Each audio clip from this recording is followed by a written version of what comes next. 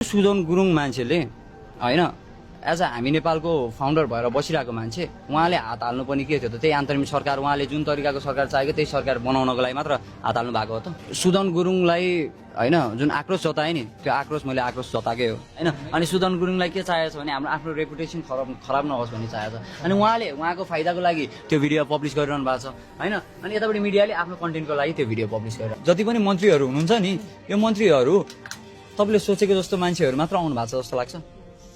सोचेको जस्तो मान्छे तपाईले सोचेको यो सरकार तपाईले बनाएको जस्तो लाग्छ। तपाईहरुले जे देखाइरहनु भएको छ हामीले त्यही देखिरहेछौँ।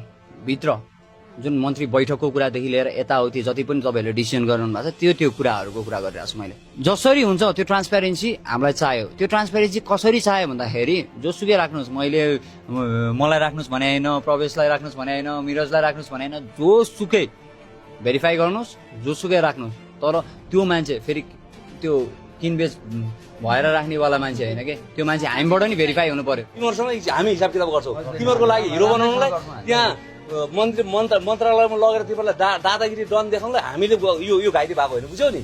एकदम तिमीहरू सतर्क भएर बस्छ नि। एक हिसाब किताब यहाँ बसेर गरिरहेको चाहे जोसुकैको जेसुकै पोलिटिक्स होस् होइन। हामीले सोचेको कुरा त पुरा भएको छ नि त। एउटा कुरा हाम्रो एउटा कुरा के थियो भन्दाखेरि सरकार ढाल्नु थियो। यो सरकार हामीलाई चाहेको थिएन। यो सरकार फालिसक्यो।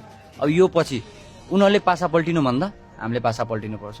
त्यो भए हुनाले हामी के कुरामा सचेत हुनुपर्छ, कसरी सचेत हुनुपर्छ यो जनता भन्ने कुराहरू मैले मात्र बुझाएर पता पनि यो 3 करोड कति छ अहिले यहाँ होइन सबैजना सचेत हुनु पर्यो क्या। इच एन्ड एभ्री जनताको यो खोपडी चाहिँ होइन सुध्रिनु पर्यो कि।